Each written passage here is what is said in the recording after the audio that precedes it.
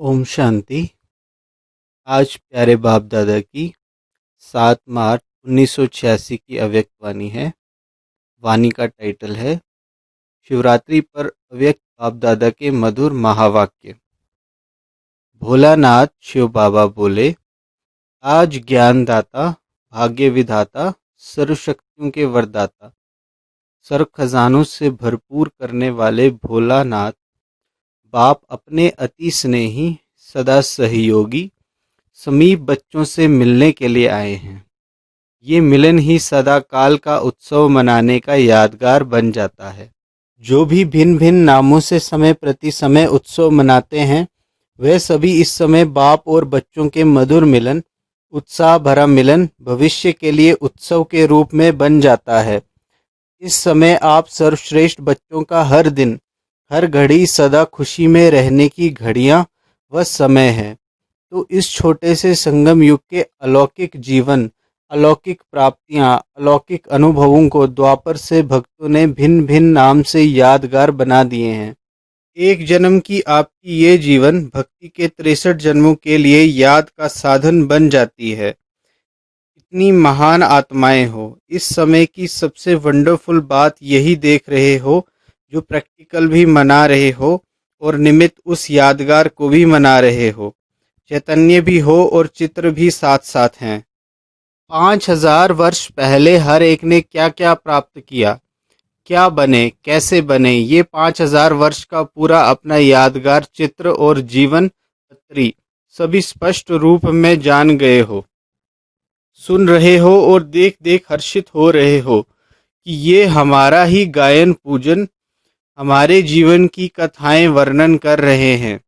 Double foreigners ने अपना यादगार चित्र देखा है ना, तो चित्रों को देखकर ऐसे ऐसे अनुभव करते हो कि ये मेरा चित्र है।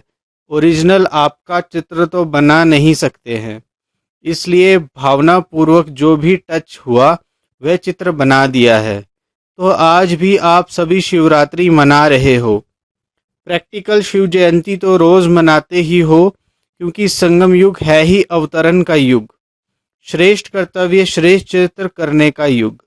लेकिन बेहद युग के बीच में ये यादगार दिन भी मना रहे हो।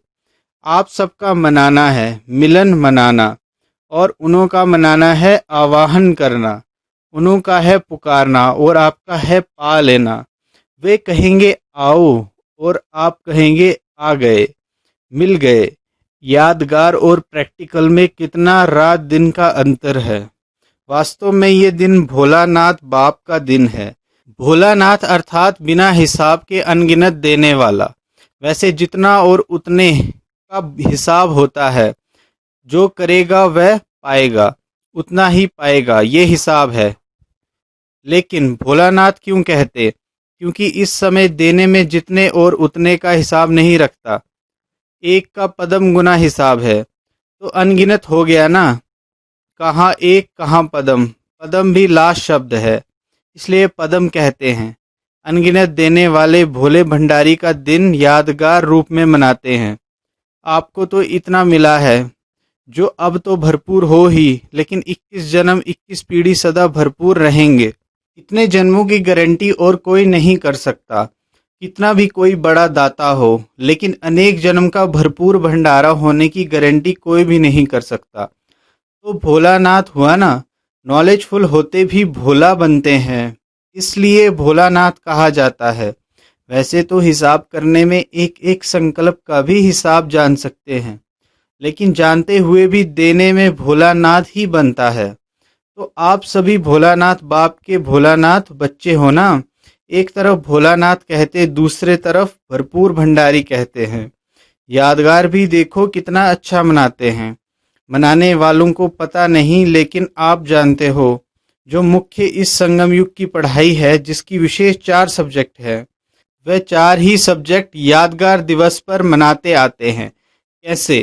पहले भी सुनाया था कि विशेष इस उत्सव के दिन बिंदु का और बूंद का महत्व होता है। तो बिंदु इस समय के याद अर्थात योग के सब्जेक्ट की निशानी है। याद में बिंदु स्थिति में ही स्थित होते हो ना, तो बिंदु याद की निशानी और बूंद ज्ञान की भिन्न भिन्न बूंदें। इस ज्ञान के सब्जेक्ट की निशानी बूंद के रूप में दिखाई है। धारणा की निशानी इसी दिन विशेष व्रत रखते हैं। तो व्रत धारण करना, धारणा में भी आप दृढ़ संकल्प करते हो, तो व्रत रखते हो कि ऐसा सहनशील व अंतर्मुख अवश्य बन के ही दिखाएंगे। तो ये व्रत धारण करते हो ना, ये व्रत धारणा की निशानी है और सेवा की निशानी है जागरण। सेवा करते ही हो किसको जगाने के लिए? अज्ञान नींद से जगाना, जागरण कराना, जागृति दिलाना, यही आपकी सेवा है। तो ये जागरण सेवा की निशानी है। तो 4 ही सब्जेक्ट आ गई ना, लेकिन सिर्फ रूपरेखा उन्होंने स्थूल रूप में बदल दी है। गुह्य रहस्य धारण करने की दिव्य बुद्धि तो है ही नहीं। भक्त बुद्धि महीन बुद्धि नहीं होती। भक्त बुद्धि को बाप दादा मोटी बुद्धि कहते हैं। ब्रह्मा बाप के बोल सुने हैं ना, तो ये भी भक्त बुद्धि महीनता को नहीं ग्रहण कर सकते, इसलिए स्थूल रूप साधारण रूप दे दिया है। फिर भी भक्तों के ऊपर भी भगवान खुश होते हैं। क्यों? फिर भी ठगत बनने से तो बच गए ना। ठगत से भगत बनना अच्छा ही है। जो सच्चे भक्त होते हैं वे ठगत नहीं होते हैं, वे भावना वाले होते हैं। और सदा ही सच्चे भक्तों की ये निशानी होगी कि जो संकल्प करेंगे उसमें दृढ़ रहेंगे। इसलिए भक्तों से भी बाप का स्नेह है। फिर भी आपके यादगार की द्वापर से परंपरा तो चला रहे हैं, और विशेष इस दिन जैसे आप लोग यहाँ संगम युग पर बार बार समर्पण समारोह मनाते हो, अलग अलग भी मनाते हो, ऐसे ही आपके इस फंक्शन का भी यादगार वह स्वयं को समर्पण नहीं करते, लेकिन बकरे को करते हैं, बलि चढ़ा देते हैं। वैसे तो बाप दादा भी हंसी में कहते हैं कि ये मैंपन का समर्पण हो, तब समर्पण अर्थात संपूर्ण बनो, बाप समान बनो। जैसे ब्रह्मा बाप ने पहला पहला कदम क्या उठाया, मैं और मेरापन का समर्पण समारोह मनाया। किसी भी बात में मैं के बजाय सदा नेचुरल भाषा में, साधारण भाषा में भी बाप शब्द ही सुना, मैं शब्द नहीं। मैं कर रहा हूँ नहीं, बाबा करा रहा है, बाबा चला रहा है। मैं कहता हूँ नहीं, बाबा कहता है। हद के कोई भी व्यक्ति या वैभव से लगाव ये मेरापन है। तो मेरेपन को और मैंपन को समर्पण करना, इसको ही कहते हैं बलि चढ़ना। बलि चढ़ना अर्थात महाबली बनना। तो ये समर्पण होने की निशानी है। तो बनाया अच्छा है ना। भक्तों को आप भी दिल से शाबाश तो देते हो ना।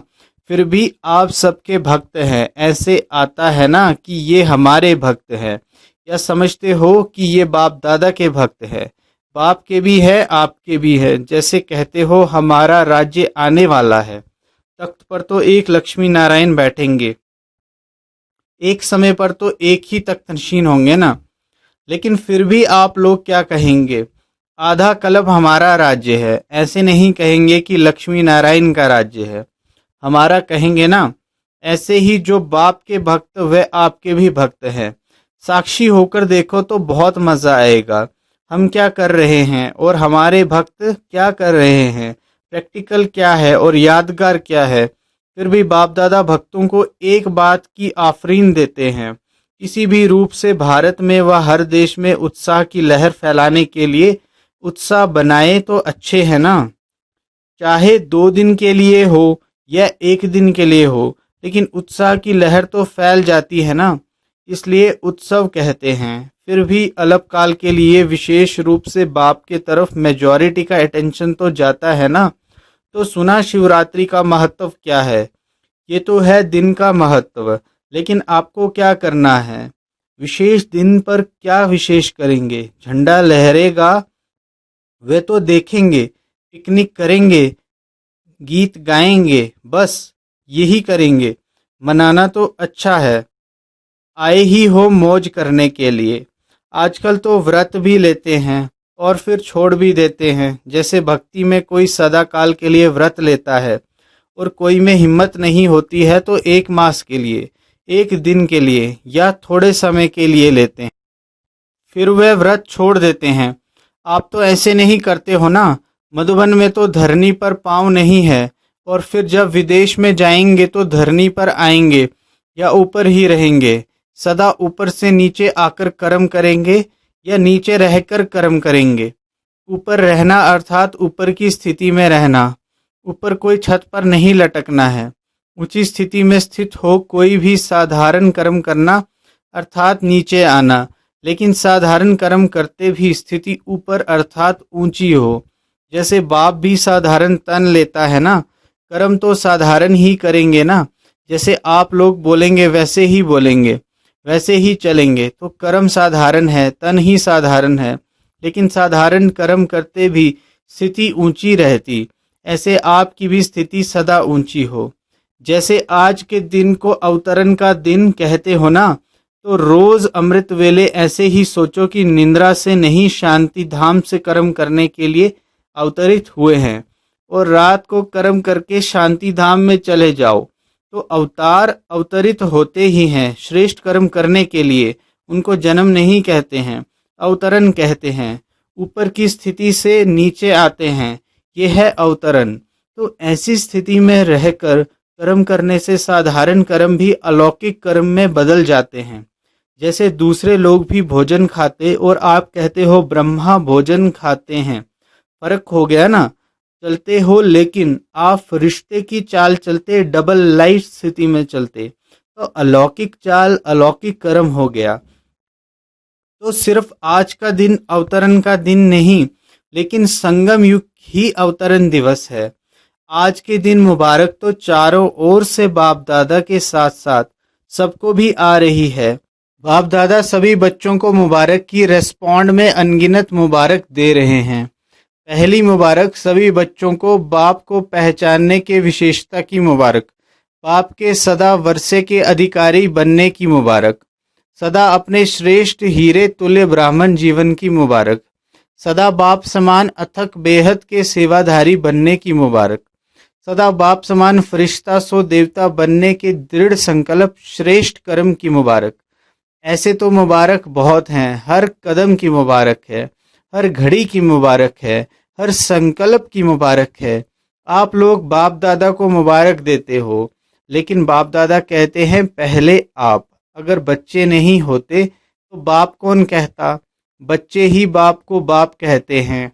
इसलिए पहले बच्चों को मुबारक, तब बाप कहेगा हाँ मैं बाप हूँ, तो मुबारक स्वीकार हो। आप सब बर्थडे का गीत गाते हो ना, हैप्पी बर्थडे टू यू। बाप दादा भी कहते हैं happy birthday to you. Birthday की मुबारक तो बच्चों ने बाप को दी, बाप ने बच्चों को दी, और मुबारक से ही पल रहे हो। आप सबकी पालना ही क्या है? बाप की परिवार की बधाइयों से ही पल रहे हो, बधाइयों से ही नाचते गाते पलते उड़ते जा रहे हो। ये पालना भी वंडरफुल है। एक दो को हर घड़ी क्या देते हो? बधाइयाँ हैं, और यही पालना की विधि है। कोई कैसा भी है वे तो बाप दादा भी जानते हैं, आप भी जानते हो कि नंबरवार तो होंगे ही। अगर नंबरवार नहीं बनते फिर तो सतयुग में कम से कम 1.5 लाख तख्त बनाने पड़े। इसलिए नंबरवार तो होने ही हैं। संख्या अभी 1.5 लाख तक पहुंची है ना, तो इतने तख्त बनाने पड़े। लेकिन बनना एक ही है, बाकी साथी बनने हैं। रॉयल फैमिली बननी है। मुख्य विश्व महाराजन तो एक ही बनेगा ना। साथ में राज्य करने वालों को लक्ष्मी नारायण तो नहीं कहेंगे। नंबर भी बदली हो गया। पहले जन्म वाले को पहला नंबर लक्ष्मी नारायण, फिर सेकंड नंबर लक्ष्मी नारायण, तो बदल गया ना। रॉयल फैमिली और राज्य के साथ ही ये विस्तार हो जाता है। रॉयल फैमिली को भी राज्य अधिकारी तो कहेंगे ना। तो नंबरवार होना है। लेकिन कभी कोई को अगर आप समझते हैं कि ये रॉन्ग है, ये अच्छा काम नहीं कर रहा है, तो रॉन्ग को राइट करने की विधि या यथार्थ कर्म नहीं करने वाले को यथार्थ कर्म सिखाने की विधि। कभी भी उसको सीधा नहीं कहो कि तुम तो रॉन्ग हो। ये कहने से वह कभी नहीं बदलेगा। जैसे आग बुझाने के लिए आग नहीं जलाई जाती है, उसको ठंडा पानी डाला जाता है। इसलिए कभी भी उसको पहले ही कहा कि तुम रॉन्ग हो, तुम रॉन्ग हो, तो वह और ही दिल शिकस्त हो जाएगा। पहले उसको अच्छा अच्छा कह करके थमाओ तो सही। पहले पानी तो डालो, फिर उसको सुनाओ कि आग क्यों लगी। पहले ये नहीं कहो कि तुम ऐसे हो, तुमने ये किया। पहले ठंडा पानी डालो, पीछे वह भी महसूस करेगा कि हाँ, आग लगने का कारण क्या है और आग बुझाने का साधन क्या है। अगर बुरे को बुरा कह देते तो आग में तेल डालते हो। इसलिए बहुत अच्छा कह करके पीछे उसको कोई भी बात दो तो उसमें सुनने की, धारण करने की हिम्मत आ जाती है। इसलिए सुना रहे थे कि बहुत अच्छा, यही बधाइयाँ हैं। जैसे बाप दादा भी कभी किसको डायरेक्ट रॉन्ग नहीं कहेगा, मुरली में सुना देगा राइट क्या है, रॉन्ग क्या है। लेकिन अगर कोई सीधा आकर पूछेगा भी कि मैं रॉन्ग हूँ, तो कहेगा नहीं, तुम तो बहुत राइट हो, क्योंकि उसमें उस समय हिम्मत नहीं होती है। जैसे पेशेंट जा भी रहा होता है, आखिरी सांस होता है, तो भी डॉक्टर से अगर पूछेगा कि मैं जा रहा हूँ, तो कभी नहीं कहेगा हाँ जा रहे हो, क्योंकि उस टाइम हिम्मत नहीं होती। किसकी दिल कमज़ोर हो और आप अगर उसको ऐसी बात कह दो, वह तो हार्ट फेल हो ही जाएगा। अर्थात पुरुषार्थ में परिवर्तन करने की शक्ति नहीं आएगी। तो संगम युग है ही बधाइयों से वृद्धि को पाने का युग। ये बधाइयाँ ही श्रेष्ठ पालना है। इसलिए आपके इस बधाइयों की पालना का यादगार जब भी कोई देवी देवता का दिन मनाते हैं तो उसको बड़ा दिन कह देते हैं। दीपमाला होगी, शिवरात्रि होगी तो कहेंगे आज बड़ा दिन है। जो भी उत्सव होंगे उसको बड़ा दिन कहेंगे, क्योंकि आपकी बड़ी दिल है तो उन्होंने बड़ा दिन कह दिया है। तो एक दो को बधाइयाँ देना ये बड़ी दिल है। समझा? ऐसे नहीं कि रॉन्ग को रॉन्ग समझाएंगे, नहीं, लेकिन थोड़ा धैर्य रखो। इशारा तो देना पड़ेगा, लेकिन टाइम तो देखो ना। वह मर रहा है और उसको कहो मर जाओ मर जाओ, तो टाइम देखो, उसकी हिम्मत देखो। बहुत अच्छा कहने से हिम्मत आ जाती है, लेकिन दिल से कहो, ऐसे नहीं बाहर से कहो तो वह समझे कि मेरे को ऐसे ही कह रहे हैं। ये भावना की बात है। दिल का भाव रहम का हो तो उसके दिल को रहम का भाव लगेगा। इसलिए सदा बधाइयाँ देते रहो, बधाइयाँ लेते रहो। ये बधाई वरदान है। जैसे आज के दिन को गायन करते हैं, शिव के भंडारे भरपूर, तो आपका गायन है, सिर्फ बाप का नहीं। सदा भंडारा भरपूर हो, दाता के बच्चे दाता बन देते जाओ। सुनाया था ना, भक्त हैं लेवता और आप हो देने वाले देवता। तो दाता माना देने वाले। किसी को भी कुछ थोड़ा भी देकर फिर आप उनसे कुछ ले लो तो उसको फील नहीं होगा। फिर कुछ भी उसको मना सकते हो, लेकिन पहले उसको दो, हिम्मत दो, उमंग दिलाओ, खुशी दिलाओ। फिर उससे कुछ भी बात मनाने चाहो तो मना सकते हो। रोज उत्सव मनाते रहो। रोज बाप से मिलन मनाना, यही उत्सव मनाना है। तो रोज उत्सव है। अच्छा, चारों ओर के बच्चों को संगम युग के हर दिन के अवतरण दिवस की अविनाशी मुबारक हो। सदा बाप समान दाता और वरदाता बन, हर आत्मा को भरपूर करने वाले मास्टर भोलानाथ बच्चों को सदा याद में रहे। हर कर्म को यादगार बनाने वाले बच्चों को सदा स्व उन्नति और सेवा की उन्नति में उमंग उत्साह से आगे बढ़ने वाले श्रेष्ठ बच्चों को विशेष आज के यादगार दिवस शिव जयंती सो ब्राह्मण जयंती, हीरे तुल्य जयंती, सदा सर्व को सुखी बनाने की, संपन्न बनाने की जयंती की मुबारक और याद प्यार और नमस्ते।